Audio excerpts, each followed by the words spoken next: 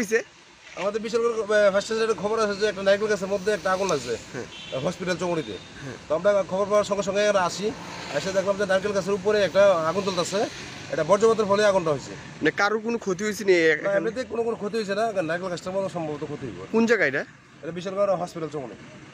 কেমন আশেপাশের কোনো দোকান বা এমন? আশেপাশে দোকান ছিল, অনেকগুলো দোকানই আছে।